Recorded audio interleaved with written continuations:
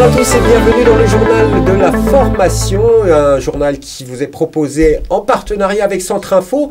Et nous avions envie de vous parler de ces métiers d'avenir, de ces formations d'avenir, parce que la France se transforme, la France est en pleine mutation, la France d'aujourd'hui ne sera pas la France de demain. Pour en parler avec nous, pour découvrir des choses qui vont bouleverser notre économie, deux invités. Tout d'abord, Nathalie Becoulet, bonjour. Bonjour. Vous êtes conseillère formation au secrétariat général pour l'investissement, un service du Premier ministre. Et à côté de vous, Emmanuelle Larocque, bonjour. Bonjour. Vous êtes fondatrice et coprésidente de Social Builder. Alors, le Social Builder, en deux mots ? Une association qui accompagne les femmes dans les métiers d'avenir. Très bien. Vous êtes ici parce que vous vous occupez d'un programme, le programme FEMA, Féminisons les métiers d'avenir, qui est lauréat d'un appel à manifestation d'intérêt, compétences et métiers d'avenir. Pour ceux qui aiment les sigles, c'est AMI-CMA et c'est porté par le secrétariat général au plan d'investissement et c'est autour de France 2030. C'est-à-dire qu'il y a plein de lauréats aujourd'hui qui bénéficient de financement pour faire quoi finalement ? Effectivement, à ce jour, Compétences et métiers d'avenir est un dispositif qui promeut et qui valide par le biais d'un jury des propositions de projets portés par des lauréats. Et son sujet, c'est de révolutionner, transformer, adapter l'offre de formation aux nouvelles compétences et aux nouveaux métiers. À ce jour, nous avons 185 lauréats très divers qui incarnent parfois des entreprises, parfois des associations, des collectivités territoriales, mais des universités, des académies, mais qui entraînent derrière eux un consortium large qui permet à ces différents mondes de l'offre de formation, des donneurs d'ordre et des mondes économiques de se parler et de faire des propositions pour relever un défi. Parmi les défis, on a celui de l'attractivité. Habituellement, l'attractivité, on l'entend comme comment un secteur, une filière attire des formés dans ce secteur et comment il les garde. Mais si on déplace cela sur le sujet de la formation, du fait aussi de nos transitions démographiques, on a un enjeu énorme à du coup repenser cette attractivité parce que nous avons des images sur ce qu'est l'imaginaire des métiers de l'industrie ou parce qu'on a des biais bloquants où les femmes par exemple ne se sentent pas légitimes ou sont sous-représentées dans les métiers du numérique et donc nous retravaillons aussi dans le biais des projets cette attractivité qui est pour nous essentielle et du coup sur le sujet de la féminisation nous avons effectivement un beau projet avec Féminisant les métiers d'avenir qui a été porté par Social Builder. Alors justement, vous êtes la cheville ouvrière de ce programme FEMA. Vous l'appelez programme ou projet ? En fait, c'est un programme parce qu'il a plusieurs volets et il va se déployer sur 4 ans pour accompagner 15 000 femmes dans les métiers avec une composante numérique de l'industrie, de la ville du futur, construction, énergie, mobilité et aussi des sujets cybersécurité et IA. Alors, mais concrètement, comment ça va se dérouler ? Qu'est-ce que vous proposez comme parcours aux femmes ? C'est combien de femmes qui vont être concernées ? C'est pour tous les métiers du numérique ? Expliquez-nous. Alors, on a en fait un consortium de partenaires autour de ce programme. Il y a France Travail et l'APEC qui sont nos deux grands partenaires de territoire pour aller rencontrer les femmes et notamment les femmes en recherche d'emploi ou les femmes en mobilité professionnelle. Et on va sur 4 ans leur proposer à la fois des campagnes de communication et d'information sur les métiers en tension dans tous ces secteurs qui recrutent à tour de bras dans des nouveaux métiers et des nouveaux métiers souvent très numériques en fait, qui a une dimension numérique assez prégnante. Donc des campagnes de communication, des forums, il y en aura 12 partout en France sur les prochains 24 mois, avec un très grand forum le 13 novembre prochain à Paris pour 10 000 femmes. Et ensuite, on va 13 novembre 2025. Et oui, 13 novembre 2025. Voilà, 10 000 femmes, porte de Versailles à Paris, pour découvrir tous ces métiers avec une cinquantaine d'organismes de formation, d'entreprises qui viendront leur parler justement de tous les besoins. Et ensuite, on leur propose dans le programme 3 jours pour construire leur projet professionnel de reconversion dans ces métiers. Et ensuite, on les accompagne pendant 6 à 12 mois par du mentorat, des professionnels qui vont leur expliquer comment intégrer ces industries, quelle est la culture, les codes de ces industries et faciliter leur accès à l'emploi. Voilà, ici, il y a besoin de faire des formations. Ils vont faire des formations, vous les accompagnez aussi. Ces mentors vont les suivre. Bien vu, c'est-à-dire qu'en fait, nous, on l'accompagne pendant l'action de formation. En fait, nous sommes des spécialistes chez Social Builder de la reconversion professionnelle. Notre mandat, c'est vraiment d'aider les femmes à identifier des métiers qu'elles ne connaissent pas, parce que bien trop souvent, soit elles ne sont pas dans ces secteurs, elles n'en ont jamais entendu parler, ou comme Nathalie le disait, il y a un certain nombre de stéréotypes. Quand on parle d'industrie, on pense casque de chantier, ou on pense endroit poussiéreux avec des grosses machines. On n'imagine pas toute la richesse des métiers possibles, et surtout le sens de ces métiers. Donc nous, notre métier, c'est de faire connaître toutes ces opportunités aux femmes et les accompagner pendant l'action de reconversion professionnelle, pendant l'action de formation, pour qu'elles intègrent l'emploi de la manière la plus fluide possible. Voilà, et ce type de projet, féminisation, ça concerne toutes les femmes de France ou c'est territorialisé? Parce que je sais que dans les projets France 2030, il y a des territoires. La notion du territoire est très importante. C'est le seul ou il y en a d'autres partout en France? Alors, il y a deux éléments de réponse. Les projets, d'une manière générique, intègrent le sujet d'attractivité dans leur projet, on va dire plus général, sur les thématiques données. Parce que ça faisait partie aussi du cahier des charges de l'AMI compétences et métiers d'avenir, parce que c'est une vraie préoccupation pour nous que d'attirer en fait aussi le public femme vers des métiers pour lesquels elles sont sous-représentées. Le numérique, l'industrie notamment. Tout à fait. Mesdames, vous l'entendez bien, il faut aller vers ces métiers. Vous êtes demandées, vous avez les compétences et surtout les qualités pour un petit peu changer l'ambiance dans ce secteur. Et après, nous avons des projets, par exemple, à l'échelle nationale, FEMA, mais aussi Tech pour toutes.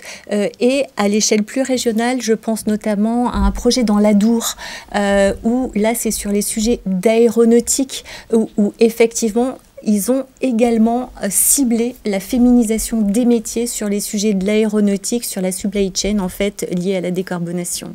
Alors, un projet national, ce projet FEMA, mais à un moment donné, j'ai envie de vous poser la question, comment est née l'idée? C'est-à-dire qu'il y a eu France 2030, oui, vous êtes une association, vous militez pour que les femmes s'émancipent, aillent vers de nouveaux métiers.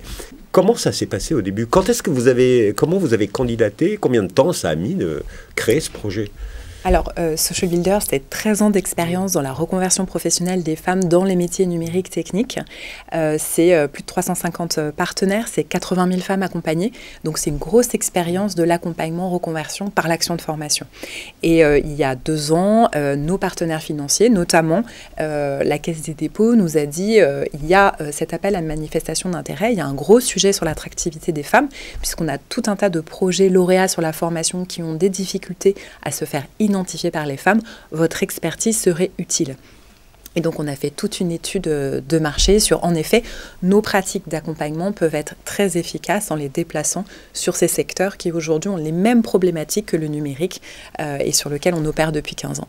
Et donc, on a candidaté, on a présenté notre projet, en fait, en juin 2023, et tout le monde a dit « c'est super, on y va ». Et voilà, le processus s'est mis en place, une petite audition, des partenaires qui ont dit « moi, j'en suis ». Et voilà, et on a monté ce très beau projet. Social Builder, peu de gens l'entendent. Par contre, France Travail, l'APEC, ça parle à tout le monde. Comment vous avez réussi à travailler avec eux? Vous travailliez déjà avec eux préalablement? Oui, Social Builder, c'est vraiment un acteur du programme qui fait de l'accompagnement depuis très longtemps. Et ces acteurs de l'emploi sont nos partenaires naturels et les entreprises aussi, parce qu'en fait, nous, on fait vraiment la jointure entre le monde du travail, des métiers en tension, des vrais besoins de recrutement, les acteurs de la formation qui aujourd'hui cherchent à être identifiés par les femmes, et on comble cet espace et on le fait de manière très efficace. Donc on est très très bien maillé avec tous ces acteurs depuis très longtemps. C'est ça tout l'intérêt de France 2030, c'est le maillage territorial, maillage des acteurs. Maillage des compétences, maillage des envies, puisqu'effectivement, il faut aussi l'énergie pour, une fois qu'on est lauréat, pour déployer, articulation des convictions, parce qu'il y a de vrais défis à relever. Et pour le coup, quand on aligne l'ensemble de ces planètes, on crée une ligne de fond, on n'arrose pas le sable en fait, on transforme, on change, c'est un vrai game changer en fait pour nous. Alors, vous êtes lancé, vous avez appris combien de temps après que vous étiez ce projet lauréat France 2030? Alors, 11 mois après avoir vraiment déposé le dossier, le processus a mis 11 mois, qui est, je pense, à peu près dans la moyenne. Parfois plus court. Parfois plus court. Oui, oui.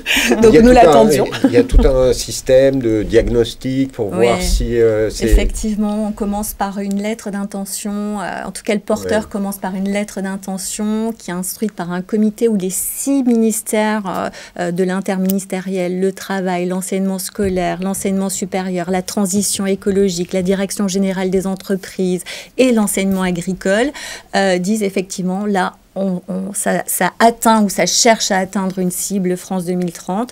Ensuite, il y a l'élaboration du dispositif de formation qui part d'un diagnostic parce qu'effectivement, il faut cibler là où on met les moyens d'une politique publique pour qu'elle soit la plus heureuse et qu'elle ait le plus d'effets leviers possible.